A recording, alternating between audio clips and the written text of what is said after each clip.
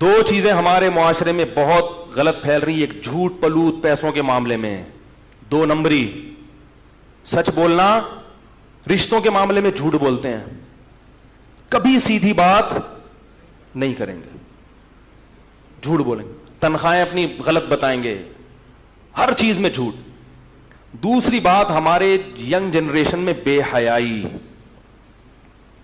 بے حیائی, فحش فلمیں دیکھنا, لڑکیوں سے دوستیاں لگانا, زنا کرنا, اس کو معاشرے میں اب جرم سمجھنا چھوڑ دیا. عفیف پاک دامن خواتین کے فون آتے ہیں, میرے میاں کی اتنی لڑکیوں سے دوستی, میرے میاں واٹس ایپ پہ لڑکیوں سے باتیں کرتا ہے, میرا میاں ننگے جسم دیکھتا ہے لڑکیوں کے اور وہ اپنی تصویریں بھیجتی ہیں. مفتی صاحب اللہ کا واسطہ سمجھائیں, میں برباد ہو رہی ہوں. یہ حرام خوریوں کے مزے تھوڑے دنوں کے ہیں, یاد رکھو, یہ مزے بہت جلد.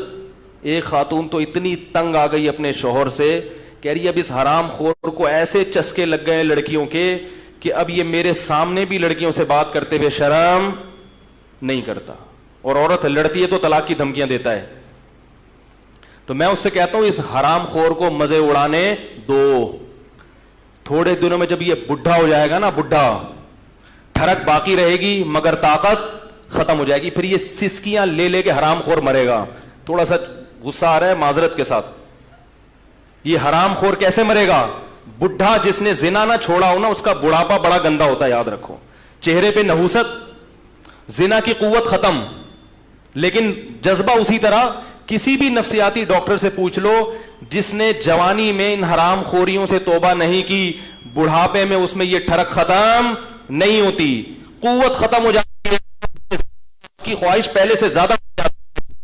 آدمی اگر جوانی میں توبہ کے بغیر بڑھاپے تک پہنچ گیا, اس کو اللہ دنیا میں ذلیل کر دیتے ہیں. ایسے کالز بھی ہیں, بیٹا پریشان ہے, میرا ابا بڈھا ہو گیا, 75 سال کا ہو گیا, پھر بھی لڑکیوں کا پیچھا نہیں چھوڑتا, بدنام کر دیا پورے محلے میں, کر کچھ نہیں سکتا, مگر پھر بھی جیسے بکرا بھاگتا ہے نا بکریوں کے پیچھے, اس طرح عورت دیکھ کے اس کے پیچھے بھاگتا ہے وہ. یہ اللہ کی طرف سے دنیا میں سزا ملتی ہے ان حرام خوروں کو. میرے بھائی سوال کرے گا قیامت کے دن, قل للمؤمنین یغضوا من ابصارہم, اللہ نے تمہارے لیے تمہاری بیوی کو حلال کیا ہے, اس کے علاوہ کوئی عورت تمہارے لیے حلال, بولو نہیں ہے. کوئی لڑکی فون پہ تم سے ہنس ہنس کے بات کرتی, بولو میں شریف آدمی ہوں, میں بکا ہوا آدمی, بولو میری بھی بیٹیاں ہو سکتی ہیں, میرے بھی بیٹے ہو سکتے ہیں. جب بیٹوں کو پتا چلے گا ہمارا باپ لڑکیوں سے دوستیاں لگاتا ہے, باتیں کرتا ہے, ان بیٹوں کے دل میں باپ کا کوئی تقدس رہے گا, کوئی عزت رہے گی باپ کی؟ جس شخص نے اپنی خواہشات پہ کنٹرول نہیں کیا, یاد رکھو وہ نہ دین کا نہ دنیا کا. اللہ نے نکاح کا راستہ دیا ہے, نکاح کا.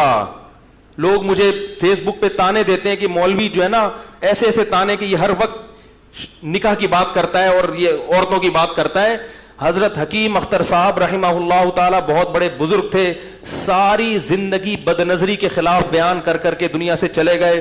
وہ فرماتے تھے لوگ مجھے تانے دیتے ہیں کہ یہ ہمیشہ فحاشی کے خلاف عورتوں کا تذکرہ ہی کرتے رہتے ہیں کہ ان کو مت دیکھو, ان کو مت دیکھو. اللہ نے بیوی پیدا کی اور فرمایا کہ لوگ مجھے تانا دیتے ہیں. فرمایا تمہیں اس گناہ کرتے ہوئے شرم نہیں آتی, مجھے اس کے خلاف بولتے ہوئے کیوں شرم آئے گی؟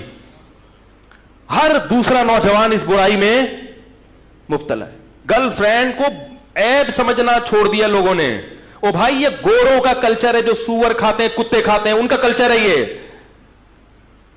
لڑکیوں سے دوستیاں لگا کے ان سے انجوائے کرنا اور ان کے ساتھ پارکوں میں گھومنا, یہ کس کا کلچر ہے؟ یہ سور کھانے والوں کا کلچر ہے. یہ اس قوم کا کلچر ہے جو اللہ اس کے رسول کو نہیں مانتے. یہ اس قوم کا کلچر ہے جو بوڑھے والدین کو اولڈ ہاؤس میں جمع کرا دیتے ہیں. یہ اس قوم کا کلچر ہے جو بلوغت سے لے کے 50 سال کی عمر تک سینکڑوں ہزاروں بار زنا کرتے ہیں, مگر گھر بسا کر اولاد پیدا کرنے کے لیے تیار نہیں ہوتے. وہ انسانوں کی نسل بنانے کے لیے تیار نہیں. جو اس کام کے لیے تیار نہ ہو کہ انسانوں کی گروتھ ہو, اس سے آپ کیا خیر کی توقع رکھو گے؟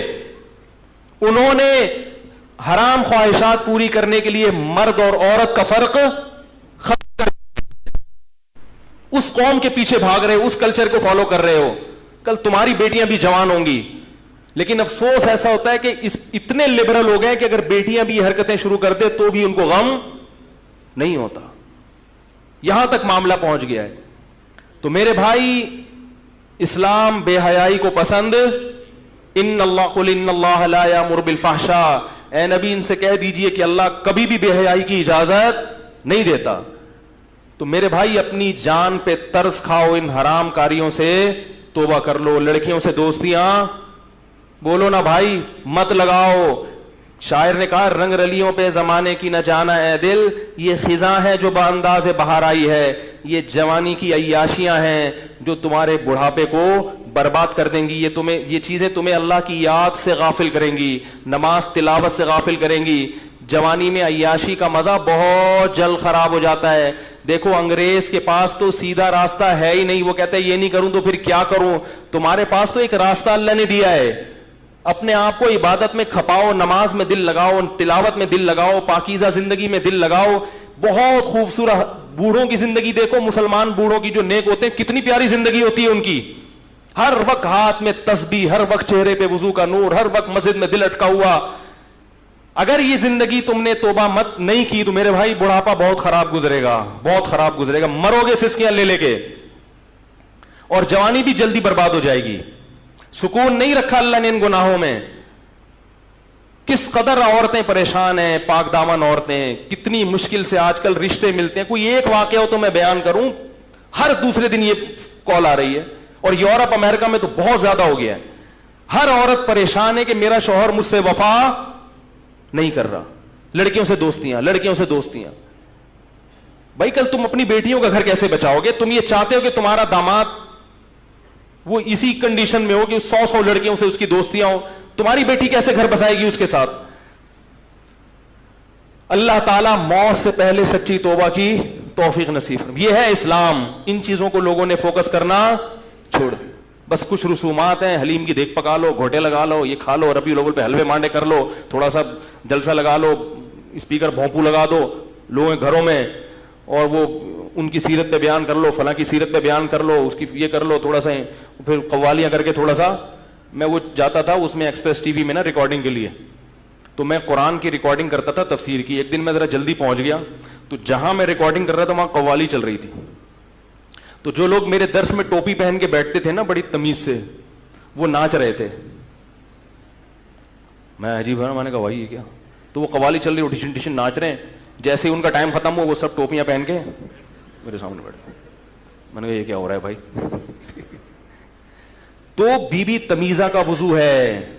بی بی تمیزہ کو وضو کرنا نہیں آتا تھا. ایک امام صاحب نے ان کو وضو کا طریقہ سکھایا اور کہا کہ نماز پڑھا کرو. اس نے کہا نماز کیسے پڑھوں، وضو نہیں آتا. اس نے وضو کرایا، انہوں نے کہا اب نماز پڑھو. نماز شروع کر دی اس نے. وہ چلے گئے. 10-15 سال کے بعد امام صاحب کا اس گاؤں سے گزر کیا. انہوں نے بی بی تمیزہ سے پوچھا ہاں بھائی نماز پڑھ رہی؟ اس نے کہا الحمدللہ 10 سال سے ایک نماز قضا نہیں ہوئی. انہوں نے کہا اچھا وضو بھی کرتی ہو نا؟ اس نے کہا وہ تو آپ کرا کے چلے گئے تھے، وہ تو آپ کرا کے چلے گئے تھے. تو بی بی تمیزہ کے 10 بچے ہو گئے مگر ان کا وضو نہیں ٹوٹا. تو آج بھی مسلمان کا تقوی نہیں ٹوٹتا. وہ لڑکیوں سے گپے مارے، انٹرنیٹ پر فحش فلمیں دیکھے، کلیگ جو لڑکی ساتھ بیٹھی اس سے صبح و شام ہیلو ہائی کرے، مگر حج بھی کرے گا اور عمرہ بھی کر لے گا اور سارے کام ہو رہے ہیں، اور صلاۃ و سلام بھی پڑھ لے گا، اور جناب اچھی اچھی باتیں بھی کر لے گا بیٹھ کے. اس کا تقوی ٹوٹنے کا نام